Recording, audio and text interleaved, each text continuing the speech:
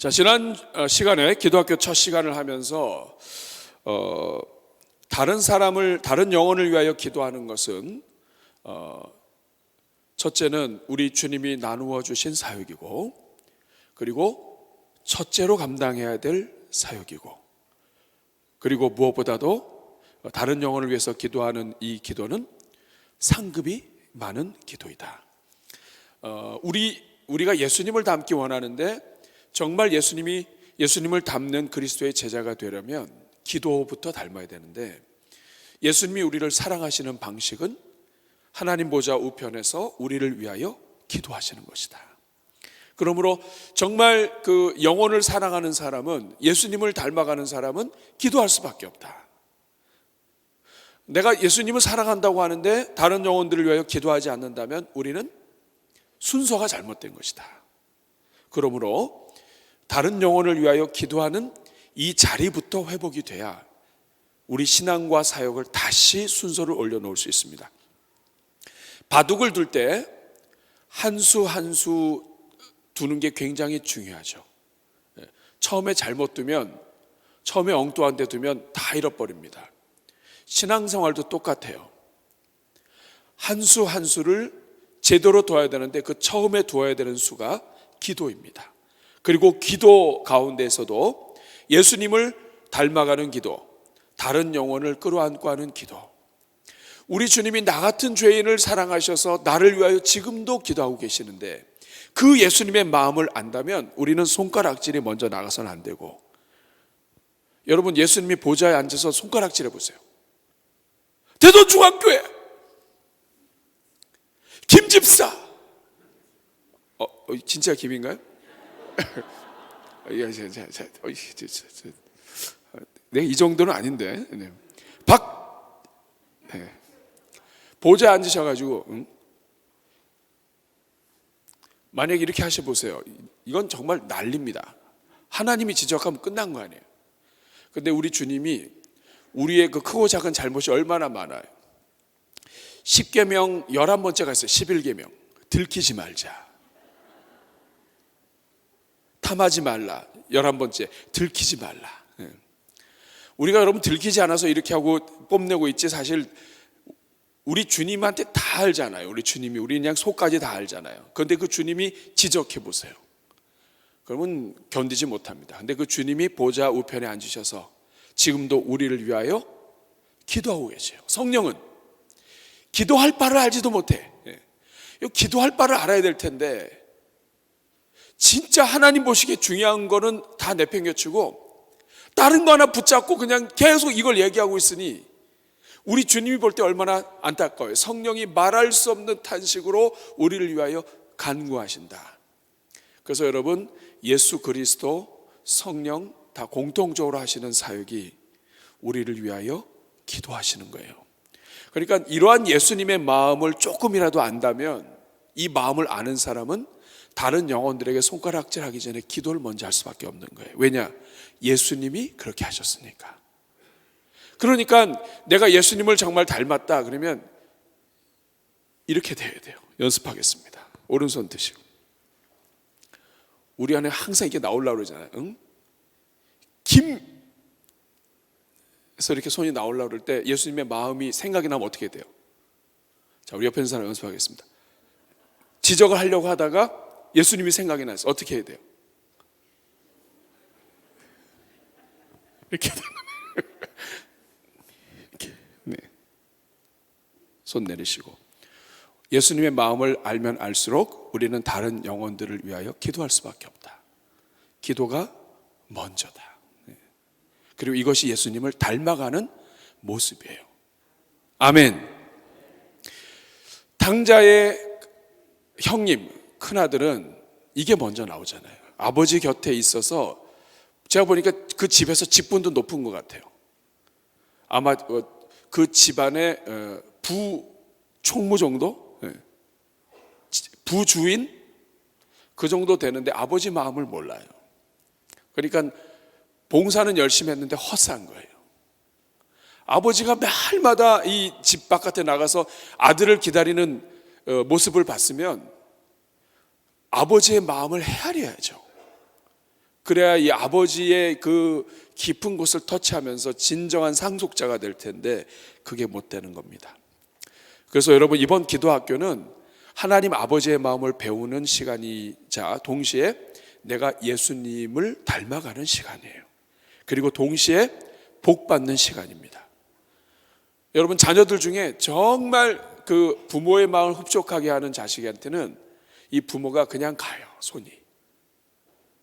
그런 것입니다.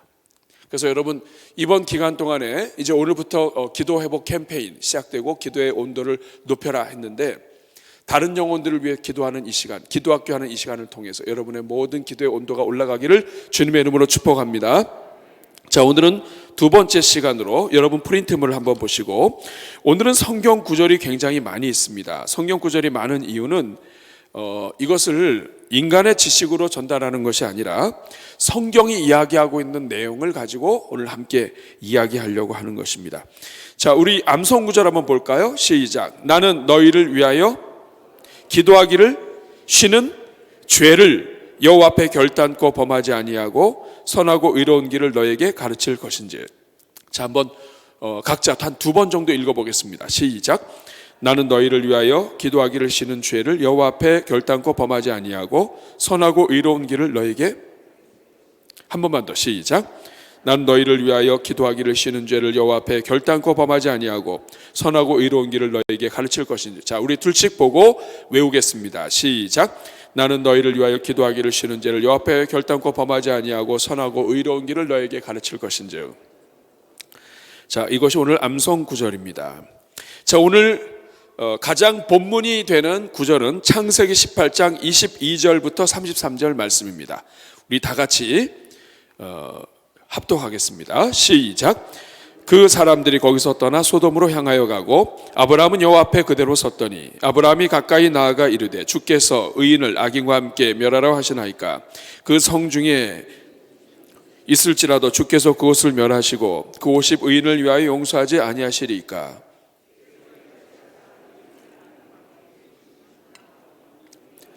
같이 하심도 부당하나이다.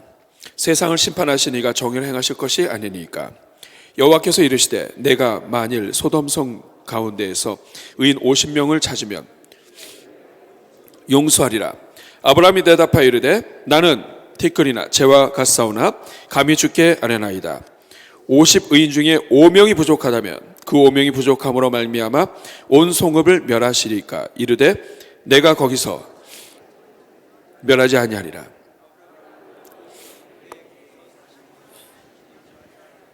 이르시되 40명으로 말미암아 멸하지 아니하리라. 아브라함이 이르되 내 주여 노하지 마시옵고 말씀하게 하옵소서.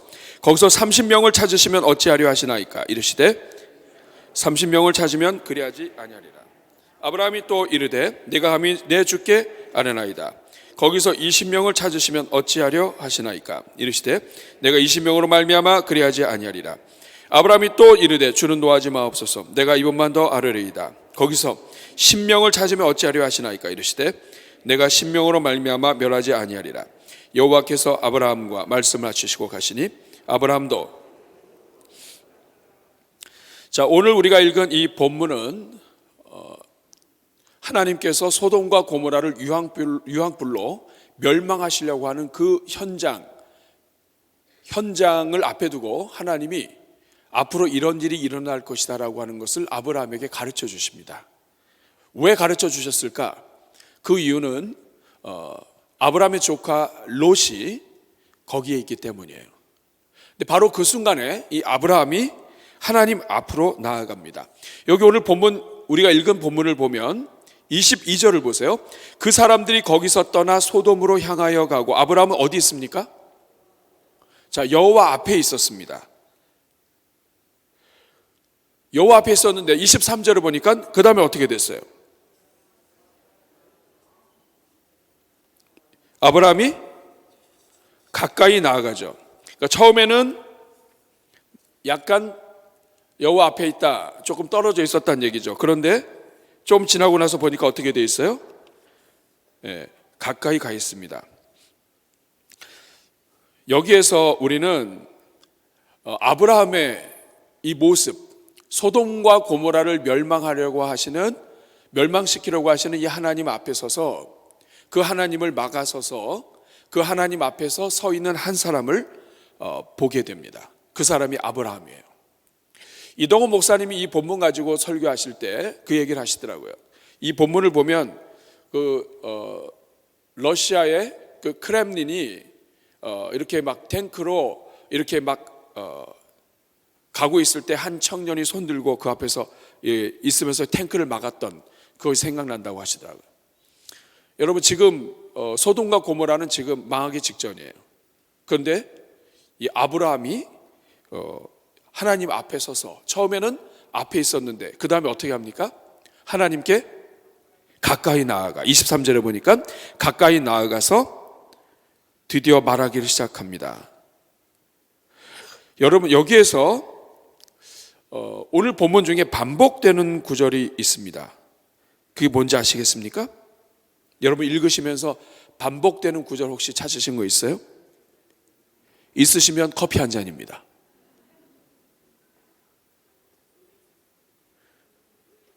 의인도 많이 나오죠?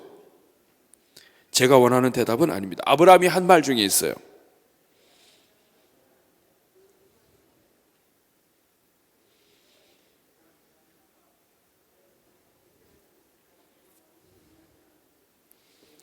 칠 27절 주변에 있습니다.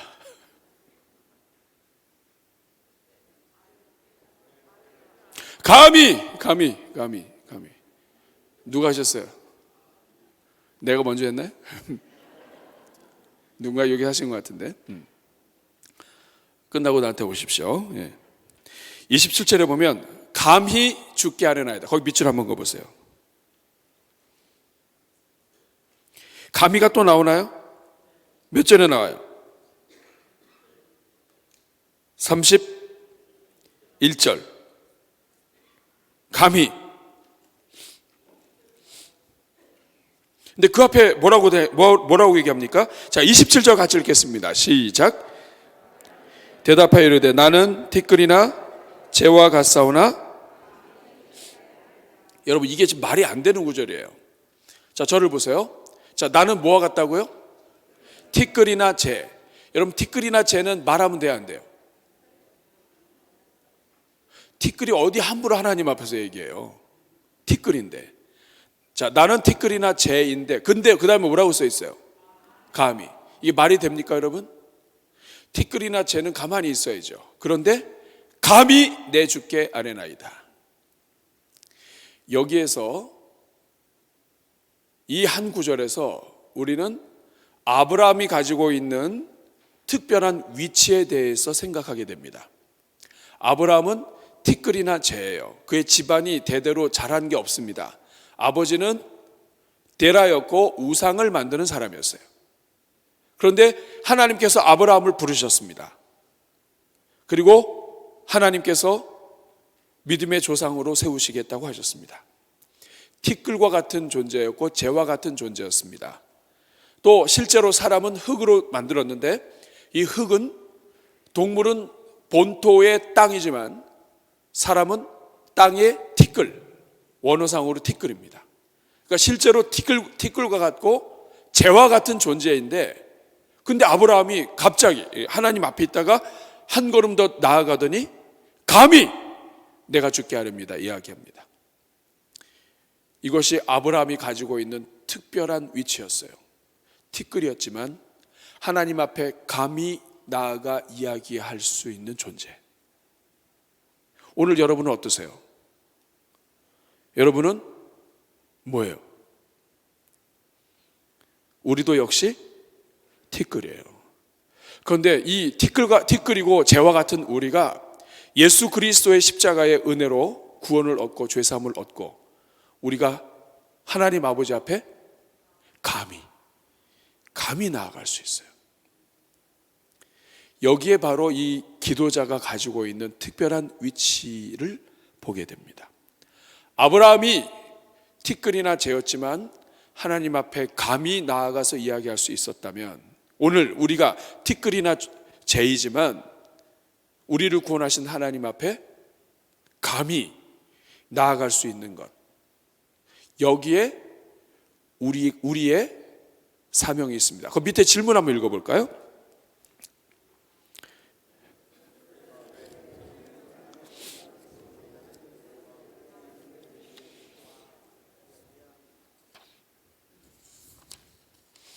자, 질문을 보면 우리가 왜 우리와 상관이 없어 보이는 이웃들과 그들의 문제를 위해서 기도해야 합니까?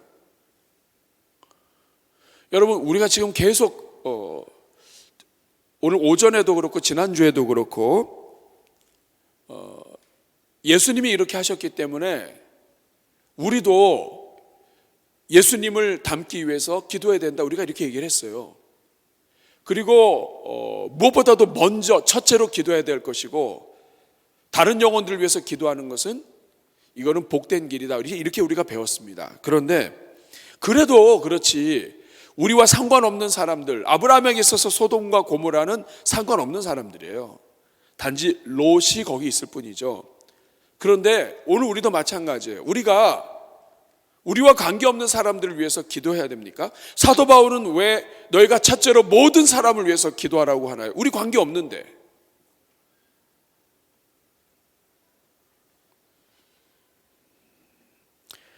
그 이유가 뭘까요?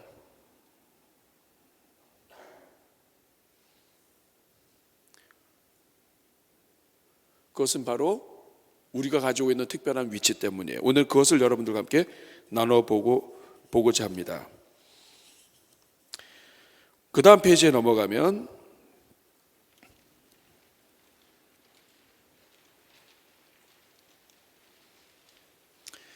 우리가 다른 영혼들을 위해서 기도할 수 있는 것은, 다른 영혼을 위해서 기도하는 이 기도 사역이 성도의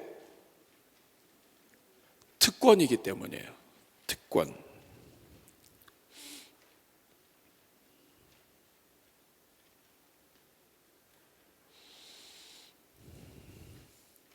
하나님은 사실 우리 모든 인생들에게 처음부터 특권을 주셨어요. 하나님의 형상대로 지으셨고 하나님의 생기를 불어넣어 주셨습니다. 그리고 최고의 특권은 우리가 하나님과 가까이 할 수 있다는 거예요. 가까이 갈 수 있었다. 그런데 죄가 들어와서 하나님께 가까이 갈 수가 없게 되었습니다. 이럴 때 하나님께서 예수 그리스도를 통해 우리 죄를 사하여 주시고 이제는 다시 하나님의 자녀가 되어 가까이 할 수 있게 되었습니다. 자, 우리가 예수님을 믿으면 영접하는 자, 곧 그 이름을 믿는 자들에게는 하나님의 자녀가 되었다는 것은 관계의 용어예요. 하나님 아버지와 친밀하게 되었다는 뜻이에요. 버릴 수 없는 존재라는 뜻이에요. 하나님이 사랑하는 존재라는 뜻입니다. 그렇기 때문에 오늘 우리가 갖고 있는 최고의 특권은 하나님께 가까이 갈 수 있는 것, 이것이 바로 특권이에요. 오늘 예수 그리스도를 믿는 모든 성도들에게 있어서 가장 큰 특권은 하나님께 나아갈 수 있는 거예요. 저를 보세요. 여러분 집안 식구들이 많은데 그 집안 식구들 중에 오직 여러분만 예수님을 믿고 구원받았어요. 그러면 여러분에게만 특별한 특권이 있어요. 그 특권이 뭐예요? 여러분 식구들은 하나님께 나아갈 수 있는 특권이 없어요. 누구만 있어요? 여러분만 있어요. 그 특권을 가진 자가 되었기 때문에 내가 다른 영혼들을 위해서 기도한다는 것은 나에게 주신 그 특권을 이용하는 거예요. 어떤 분에게 1년 동안 공원을 마음껏 드나들 수 있는 특권을 줬는데 한 번도 사용하지 못했다면, 그럴 때 있죠. 1년 무료 입장권. 근데 한 번도 못 갔어요. 그럼 특권을 전혀 사용하지 못하고 그랬죠. 그 입장권에 2명까지 데리고 갈 수 있는 특권이 있어요. 연중 무휴로. 그러면 여러분 데리고 가기만 하면 나의 특권을 활용하면서 다른 사람들에게 복이 되게 할 수 있겠죠. 그런데 여러분, 하나님이 우리에게 주신 특권은 예수님께서 이제는 누구든지 내 이름으로 기도하라는 거예요. 예수님의 이름으로 기도하라. 그러면 내가 응답하겠다.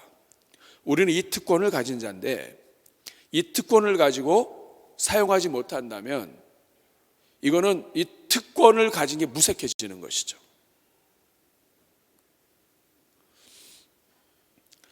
대한민국에 특별히 암을 고칠 수 있는 특별한 약이 나왔는데 이 약을 전매해서 이것을 공급할 수 있는 특권을 내가 가졌어요.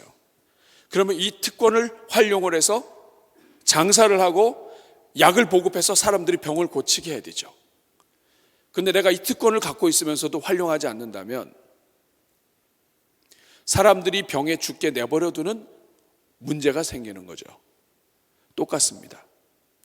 하나님이 우리를 구원하신 것은 하나님의 자녀로 삼으시고 우리에게 하나님께 나아올 수 있는 특권을 주신 거예요. 지금 이 소돔과 고모라가 멸망하는 입장인데 이 입장에서 이 특권을 가진 사람은 아브라함밖에 없는 거예요. 그러니까 아브라함이 이야기합니다. 나는 티끌이나 재와 같지만 내가 감히 하나님께 나아갑니다. 이 특권을 활용하는 거예요. 우리가 왜 다른 영혼들을 위해서 기도해야 되는가? 우리에게 주신 특권이기 때문에. 기도는 아무나 할 수 있는 게 아니에요. 하나님의 자녀가 할 수 있는 거예요. 하나님 앞에는 아무나 못 나가요. 죄가 있는 사람이 하나님 앞에 나아갈 수 없습니다. 그런데 우리는 예수 그리스도의 보혈로 죄의 사함을 받았기 때문에 하나님의 자녀가 되어 나아갈 수 있는 거예요. 이게 특권입니다. 이 특권을 가지고 있는 거예요. 그렇기 때문에 여러분, 이스라엘 백성들이 성전이 무너지고 성벽이 다 무너졌어요. 그때 이스라엘 백성들이 성전 성벽 공사를 다시 할 수 있도록 특권을 가진 사람이 있었어요. 왕 앞에 있는 사람, 느헤미야예요. 만약에 이 느헤미야가 자기가 갖고 있는 이 특권을 활용하지 못했다면 이스라엘 성벽은 그대로 무너진 채 있어야 될 거예요. 그런데 느헤미야가 자기가 갖고 있는 특권을 하나님 앞에서 사용합니다. 하나님, 불쌍히 여겨 주십시오. 이 백성들을 불쌍히 여겨 주십시오. 그리고 자기가 마치 죄인인 것처럼 고백합니다. 그리고 결국에는 이 특권을 사용해서 물자를 공급하고 결국에는 성벽을 재건합니다. 특권이 있는 사람이 중요한 거예요. 우리가 다른 영혼들을 위해서 기도해야 하는 이유는 하나님이 우리에게 특권을 주셨기 때문에 아무나 할 수 있는 게 아닙니다. 에스더도 마찬가지예요. 모르드게가 얘기합니다. 너 가만히 있어도 돼. 하나님은 다른 사람 통해서 구원하실 거야. 그런데 네가 이 일에 참여하지 않으면 너로부터는 하나님이 영광 받지 못하시고 하나님이 촛대를 옮기실 거야. 그 내용입니다. 그때 에스더가 자기의 특권을 활용해요. 죽으면 죽으리라 하고선 왕 앞에 나아가서 그 왕에게 가까이 나아갈 수 있는 특권을 활용을 해서 결국에는 이스라엘 백성들을 살려냅니다. 결국 역사 속에서 누군가를 살려낸 사람들은 하나님과의 관계에 있어서 특권을 가진 사람들이었어요. 여러분, 그 다음 성경 구절 볼까요? 출애굽기 34장 1절에서 4절 같이 읽겠습니다. 시작. 너는 돌판을 내가 깨뜨린 처음 판에 있던 말을 내가 그 판에 쓰리니 아침까지 준비하고 아침에 시내산에 올라와 산 꼭대기에 내게 보이되 아무도 너와 함께 오르지 말며 온 산에 아무도 나타나지 못하게 하고 양과 소도 산 앞에서 먹지 못하게 하라. 모세가 돌판 둘을 처음과 같이 깎아 만들고 아침에 일찍이 일어나 그 두 돌판을 손에 들고 여호와의 명대로 시내산에 올라가니. 여러분, 이 말씀이 뭐예요? 지금 이스라엘 백성들이 범죄했어요. 모세가 40일 동안 율법을 받으러 올라간 사이에 이스라엘 백성들은 금송아지를 만들고 우상을 섬겼습니다. 모세가 내려와 보니까 이 율법이 아무 소용이 없어요. 이미 끝났어요. 깨뜨려 버립니다. 그리고 나서 하나님 앞에 호소하면서 다시 돌판 가지고 올라가는 거예요. 자, 밑에 보십시오. 출애굽기 33장 12절 16절 시작. 스스로 삼가 내가 들어가는 땅의 주민과 언약을 세우지 말라. 그것이 너희에게 올무가 될까 하노라. 너희는 도리어 그들의 제단을 헐고 그들의 주상을 깨뜨리고 그들의 아세라상을 찍을지어다. 너는 다른 신에게 절하지 말라. 여호와는 질투라 이름하는 질투의 하나님 이민이라. 너는 삼가 그 땅의 주민과 언약을 세우지 말지니 이는 그들이 모든 신을 음란하게 섬기며 그들의 신들에게 제물을 드리고 너를 청하면 네가 그 제물을 먹을까 함이며 또 내가 그들의 딸들을 내 아들들의 아내로 삼음으로 그들의 딸들이 그들의 신들을 음란하게 섬기며 내 아들에게 그들의 신들을 음란하게 섬길까 할까 함이니라. 염려한 그대로가 그냥 다 돼버렸어요.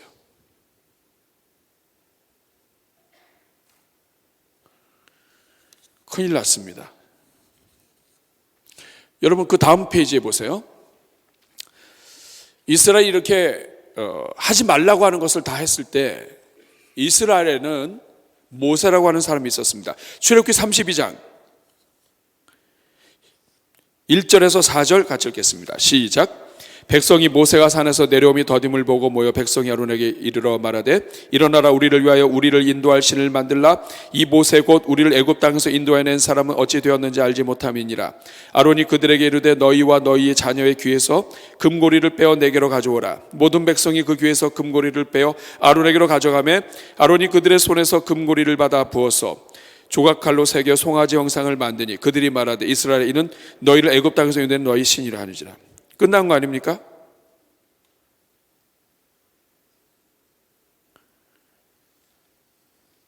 이거 망한 거예요.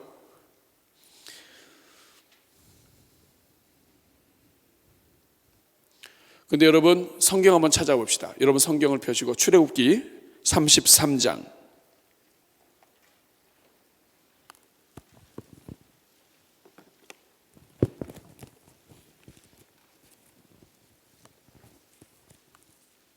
출애굽기 33장 1절에서 4절.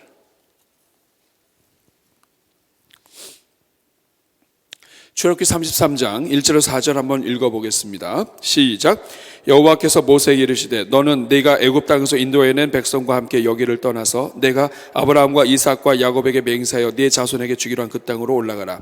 내가 사자를 너보다 앞서 보내어 가나안 사람과 아모리 사람과 헷 사람과 브릿 사람과 휘 사람과 여부 사람을 쫓아내고 너희를 적과 꿀이 흐르는 땅에 이르게 하려니와 나는 너희와 함께 올라가지 아니하리니 너희는 목이 곧은 백성인즉 내가 길에서 너희를 진멸할까 염려함이니라 하시니 백성이 이 준엄한 말씀을 듣고 슬퍼하여 한 사람도 자기의 몸을 단장하지 아니하니. 여러분 여기에서 보면 하나님이 지금 분노하셨어요. 그래서 2절 말씀을 보면 하나님이 직접 가지 않고 누구를 보낸다는 거예요. 사자를 너보다 앞서 보내어 가나안 사람과 쫓아내겠다. 33장 1절도 보세요. 1절 보시면 여호와께서 모세에게 이르시되 너는 네가 애굽 땅에서 인도해낸. 벌써 하나님 말투가 바뀌셨어요. 누가 인도해내셨어요? 사실은 하나님이. 근데 뭐라고 그러세요? 네가 애굽 땅에서 인도해낸 백성과 함께 네가 여기를 떠나라. 그리고 그 땅으로 네가 올라가라 이런 말이에요. 하나님 안 가시겠다는 거예요. 여러분 하나님이 함께 하셔도 힘들었는데 이스라엘 백성들이 오죽 말을 안 들어요? 힘들었는데 하나님이 안 가신다. 이거 끝난 거예요. 12절 보겠습니다. 출애굽기 33장 12절 12절부터 16절까지 읽겠습니다. 시작. 모세가 여호와께 아뢰되 보시옵소서 주께서 내게 이 백성을 인도하여 올라가라 하시면서 나와 함께 보낼 자를 내게 지시하지 아니하시나이다. 주께서 전에 말씀하시기를 나는 이름으로도 너를 알고 너도 내 앞에 은총을 입었다 하셨사온즉 내가 참으로 주의 목전에 은총을 입었사오면 원하건대 주의 길을 내게 보이사 내게 주를 알리시고 나로 주의 목전에 은총을 입게 하시며 이 족속을 주의 백성으로 여기소서. 여호와께서 이르시되 내가 친히 가리라.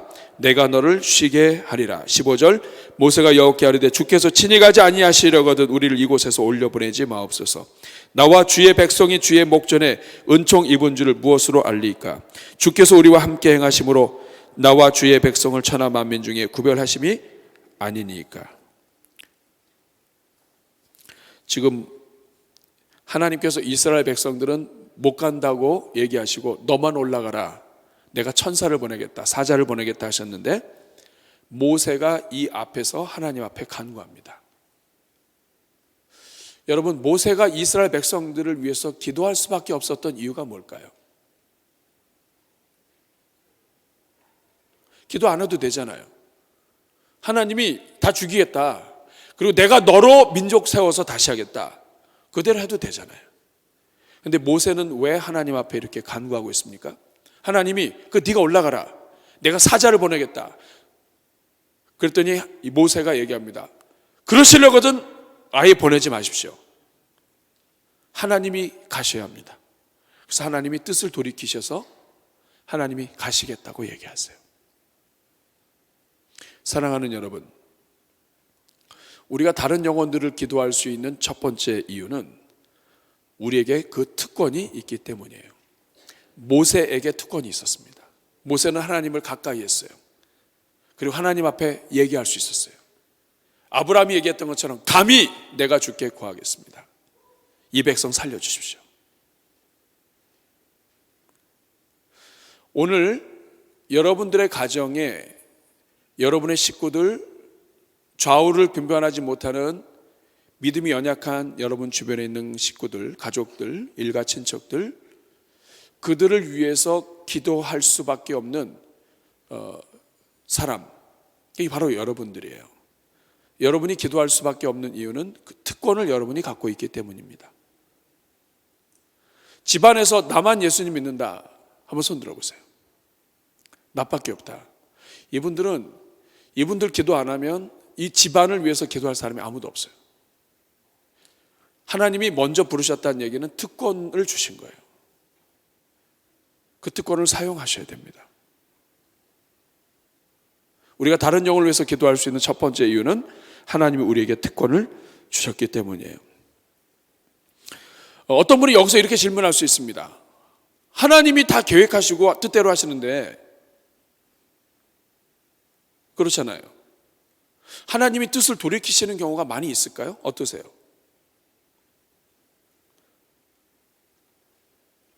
어렵죠? 아니, 하나님이 다 정해놨잖아요. 그러면 하나님의 뜻을 돌이키신다는 건 말이 안 되잖아요. 뭐 내가 기도한다고 하나님의 뜻을 돌이키실까요? 쉽지 않은 문제예요. 그런데 성경은 그럼에도 불구하고 하나님이 뜻을 돌이키신다는 표현을 쓰십니다. 이 말은 뭐냐면 어항 속에 있는 물고기가 어항 속에선 자유를 누려요. 그렇지만 그 어항 속의 자유를 누리는 가운데에 자기는 풍성하게 자유를 누리지만 어떻게 어항을 준비하느냐에 따라서 어항이 속에 있는 고기가 갈 수 있는 길이 생기죠. 마찬가지예요. 하나님은 오늘 우리가 자유롭게 우리의 믿음을 가지고 살 수 있도록 하시지만 하나님이 간섭하셔서 우리의 걸음을 인도하실 수 있는 거예요. 그렇기 때문에 성경은 하나님이 주신 그 특권을 가지고 기도하는 자에게는 하나님이 뜻을 돌이키시는 경우가 있고, 기도하지 않는 자는 뜻을 돌이키시는 하나님을 경험할 수 없고, 이렇게 이야기합니다. 그럼 여러분 생각해 보세요. 어차피 죽어요. 그렇지만 하나님이 안 들어주셔도 죽어요. 그러나 하나님 앞에 간구해서 1%라도 살릴 수 있다면 우리는 기도해야 되는 거예요. 그 기도할 수 있는 특권을 우리에게 주셨어요. 그렇기 때문에 이 특권을 사용하는 거예요. 여러분 집안에서 여러분이 기도해야 될 사람들 누가 있어요? 한번 속으로 생각해 보세요. 누가 있습니까? 그 여러분이 기도 안 하면 누가 기도해요? 남편의 얼굴을 보니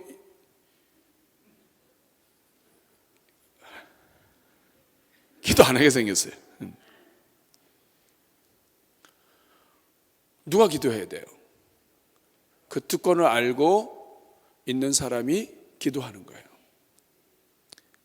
오늘 이 자리에는 모든 분들이 다 특권이 있는 사람들이에요. 하나님이 특권을 주셨습니다. 두 번째,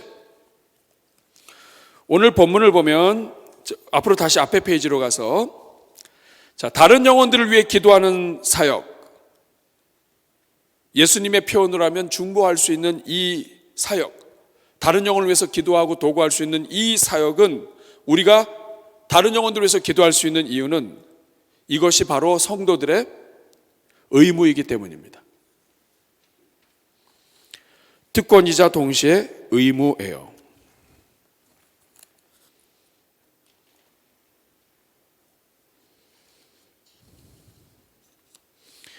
아브라함은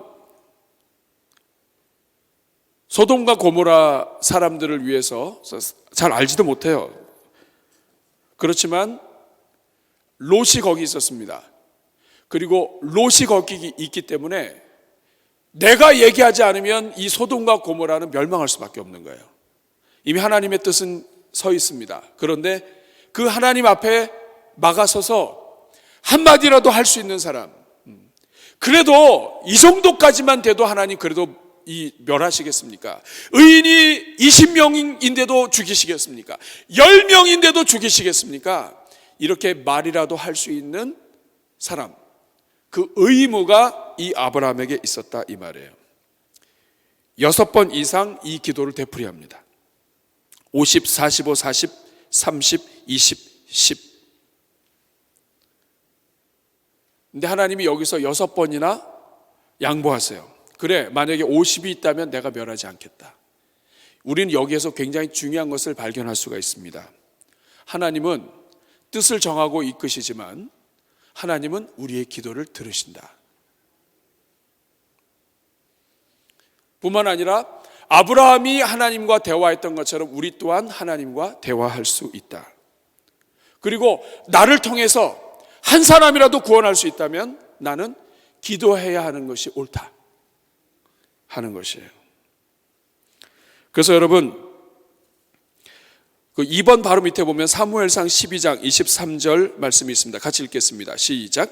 나는 너희를 위하여 기도하기를 싫은 죄를 여호와 앞에 결단코 범하지 아니하고 선하고 의로운 길을 너희에게.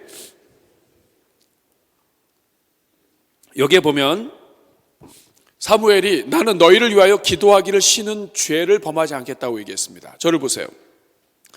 여러분, 기도하기를 싫은 게 왜 죄가 되죠?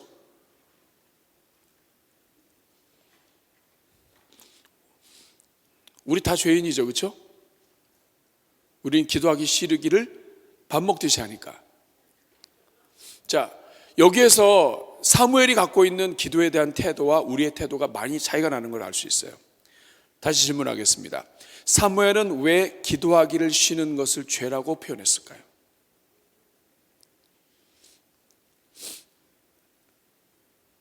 왜 사무엘은 기도하기를 싫은 것을 죄라고 표현했을까요? 우리가 지금 방금 나눈 이야기로 따진다면 이스라엘 백성들을 위해서 기도할 수 있고 하나님 앞에 나아가서 하나님의 음성을 듣고 가까이 나가 있는 사람은 누구예요? 사무엘이에요.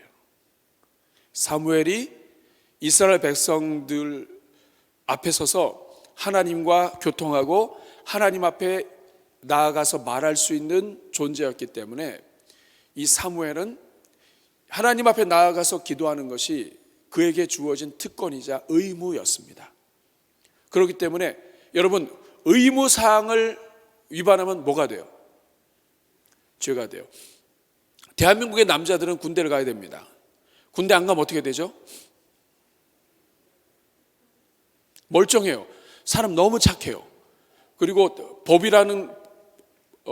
없어도 살 수 있는 사람이에요. 근데 군대 안 가면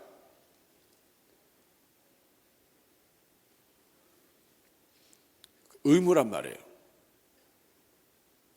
그래서 사무엘이 내가 기도하는 것을 쉬는 죄를 범하지 않겠다고 하는 것, 기도하는 것을 쉬는 것이 죄다 이렇게 하는 것은 기도하는 것이 그에게 의무였고, 이스라엘 백성들을 앞에서 이스라엘 백성들을 위하여 기도할 수 있는 자리에 그가 있었다고 하는 것을 그가 알고 있었다는 거예요. 또 하나는 오늘 제가 낮에 설교한 본문하고 말씀하고 연결시켜 보면 이스라엘 백성들을 위해서 기도하는 것이 왜 죄가 되냐면 이스라엘 백성들을 그가 사랑하기 때문입니다.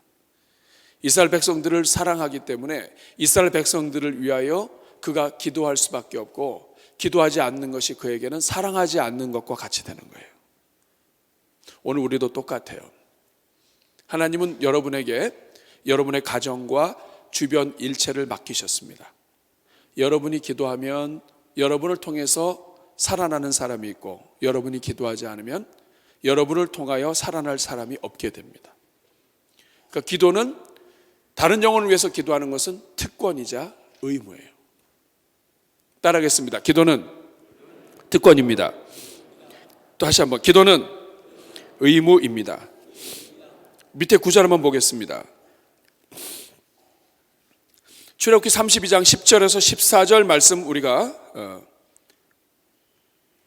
아까 읽었고요. 자, 에스겔 22장 23절 31절 같이 읽겠습니다. 시작. 여호와의 말씀이 내게 마 이르시되 인자여 너는 그에게 이르기를 너는 정결함 얻지 못한 땅이요 진노의 날에 비를 얻지 못한 땅이로다 하라. 그 가운데서 선지자들의 반역함이 우는 사자가 음식물을 움킨 같았도다. 그들이 사람의 영혼을 삼켰으며 재산과 보물을 탈취하며 과부를 그 가운데에 그 제사장들은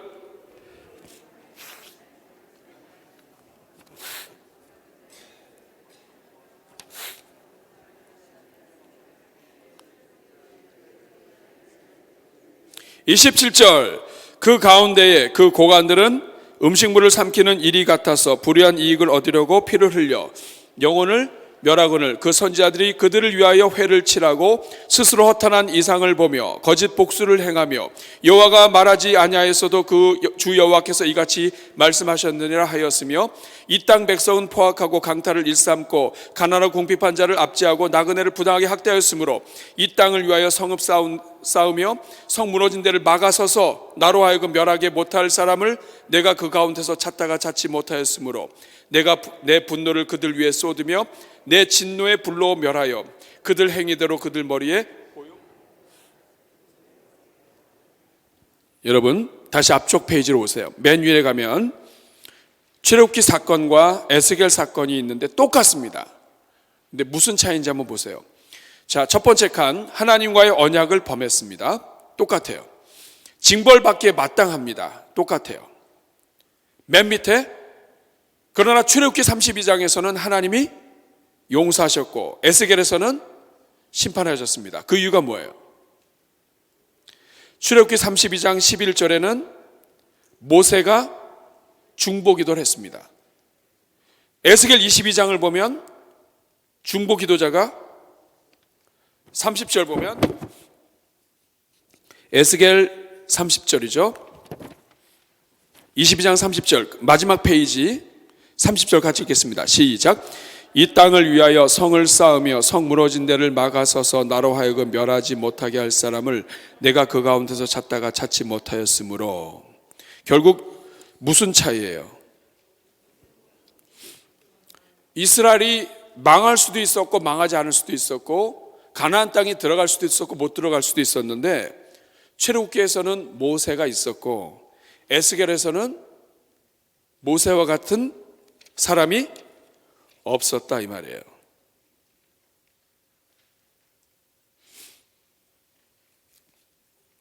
이것이 바로 기도자의 힘이에요. 누군가가 하나님 앞에 막아서서 기도할 수 있다면 그 집은 거뜬한 겁니다. 여러분 저를 보세요. 우리 대전중앙교회 마찬가지예요. 때로는 목회자도 부패할 수 있고 때로는 지도자들이 정신 못 차릴 수도 있어요. 역사를 보면 항상 그런 일들이 일어나요. 그런데 이 땅의 교회가 오늘까지 살아온 이유는 이 교회 안에는 눈물로 기도하는 기도자들이 있는 거예요. 어머니들이 있고 권사님들이 있고 정말 하나님 앞에서 이 자식을 끌어안는 심장으로 목회자를 위해서 기도하고 또 주변의 영혼들을 위해서 기도해야 하는 기도의 어머니들이 있었기 때문에 이 땅의 교회가 여기까지 온 거예요. 대전중앙교회가 여기까지 온 거예요. 여러분 우리가 얼마나 많은 역사의 아픔들이 있었어요. 그런데 여기까지 온 것 눈물 흘리며 기도하는 한 사람이 있었던 거예요. 하나님 새벽에 깨웠으면서 하나님 우리 교회 살려주십시오. 우리 교회 불쌍히 여겨주십시오. 그런 사람이 있었기 때문에 사는 거예요. 마찬가지예요. 여러분 가정도 마찬가지예요. 하는 일을 보면 망할 가정인데 안 망하는 집들이 있어요. 그런 집들은 하나님이 기도자가 있어요. 기도하는 일꾼이 서서 하나님 우리 집안 살려주십시오. 우리 아들 살려주십시오. 우리 딸 살려주십시오. 아직 하나님을 몰라서 그렇습니다. 우리 남편 살려주십시오. 특권이자 의무를 지킨 거예요. 그 밑에 퀘스천 보겠습니다. 마지막 페이지. 요한일서 1장 9절에서 2장 2절까지 읽고 예수님께서 죄인된 우리를 위해 어떻게 기도해 중보자가 되실 수 있는지 말해 보십시오. 요한일서 1장 9절 2장 2절 읽겠습니다. 시작. 만일 우리가 우리 죄를 자백하면 그는 미쁘시고 의로우사 우리 죄를 사하시며 우리를 모든 불의에서 깨끗하게 하실 것이요 만일 우리가 범죄하지 아니하였다 하면 하나님을 거짓말하는 이로 만드는 것이니 또한 그의 말씀이 우리 속에 있지 아니하리라. 나의 자녀들아 내가 이것을 너에게 쓰면 너희로 죄를 범하지 않게 하려 함이라. 만일 누가 죄를 범하여도 아버지 앞에서 우리에게 대언자가 있으니 곧 의로우신 예수 그리스도라. 그는 우리 죄를 위한 화목 제물이니 우리만 위할 뿐 아니요 온 세상의 죄를 위하심이라. 우리가 기도자로서 우리 스스로를 조심해야 되는 것, 그게 뭐냐면 우리에게 죄가 있으면 안 돼요. 이 말은 뭐냐면 늘 우리가 우리의 죄를 우리 주님 앞에 고백하고, 여기 보면 9절에 뭐라고 되어 있습니까? 만일 우리가 우리 죄를 자백하면, 자백한다는 것은 동의하는 거예요. 하나님 제가 죄인입니다, 용서해 주십시오. 이렇게 기도하고 주님 앞에 나아가면 우리는 다시 하나님과의 관계가 회복이 돼요. 결국엔 뭐냐? 저를 보세요. 이제 마무리입니다. 모세가 중보의 역할을 하는데 구약에 나타난 예수 그리스도의 모델이에요. 그런데 이 모세가 만약에 죄가 많아, 그러면 감히 서서 얘기할 수 있어요, 없어요? 없다고요. 기도가 안 나온다고요. 여러분도 마찬가지죠. 내가 죄를 짓고 그러면 담대하게 기도를 못해요. 그래서 오늘 우리에게 있어서 정말 중요한 것은 뭐냐면 늘 우리가 깨어서 우리 죄를 주님 앞에 고백하고 회개해야 돼요. 우리를 깨끗하게 해야 돼요, 날마다. 그래야만 우리가 막아설 수 있어요. 우리가 막아섰는데 마귀가 우리를 얼마나 공격하겠어요. 그렇다 할지라도 놀라지 말고 화목제물로 이 땅에 오신 예수님을 붙잡고 주님의 은혜를 구하면 우리가 다시 일어설 수 있습니다. 그래서 항상 우리를 깨끗하게 하는 가운데 우리에게 주어진 특권과 의무를 수행하면 하나님이 우리를 통해서 우리가 속해 있는 집안을 열어주십니다. 여러분 그 밑에 보십시오. 합심기도 제목. 자, 의로운 기도자로 주님 앞에 서기 위하여 성령께서 지적하시는 죄들을 자백하십시오. 여러분 각자 개인의 죄가 있죠. 하나님 앞에 부끄러운 거, 우리 집에서 기도할 사람이 나밖에 없는데 기도 안 한 거, 특권을 사용하지 못한 거, 의무를 다하지 못한 거. 가만히 보면 죄가 있어서 스스로 망하는 것은 그 사람 잘못이죠. 그런데 그 사람 옆에서 내가 더 많이 기도해 줄 수 있었는데 기도하지 못했다면 나는 그 사람이 망하는 것을 방조한 게 되는 거예요. 오늘 특권과 의무를 제대로 사용하지 못했다면 우리가 기도해야 되고, 또 하나는 우리가 우리 안에 죄를 가지고 있다면 기도해야 됩니다. 이번에 보면 사무엘에 의하면 다른 영혼들 위해 기도를 하지 않거나 중단하는 것은 범죄입니다. 우리의 기도 생활에 다른 영혼들을 위해 기도하지 못한 것, 불순종을 회개해야 될 것입니다. 우리 이 시간은 회개 기도 먼저 한번 하겠습니다. 우리 한번 가슴에 손 얹고, 하나님 저에게 특권을 주시고 특권을 주셨는데 의무를 감당하지 못한 것, 또 하나님께 나아갈 수 있는 것이 특권인데 특권으로 알지 못했던 것 용서해 주옵소서. 내가 말씀대로 살지 못해서 기도자의 심령을 잃어버린 것 용서하여 주시옵소서. 내가 기도하지 않은 것 용서해 주십시오. 기도하기를 쉬는 죄를 범한 것 용서하여 주옵소서. 주님 이제부터는 기도하겠습니다. 우리 집안을 위해서, 가족을 위해서, 우리 목장을 위해서, 교회를 위해서 내가 기도하겠습니다. 우리 한번 이런 마음으로 주님 앞에 회개의 기도와 다짐의 기도 올려드릴 때 한번 주여 한번 부르고 기도하겠습니다. 주여, 은혜로우신 아버지 하나님 감사합니다. 오늘 이 자리에는 주의 종들과 더불어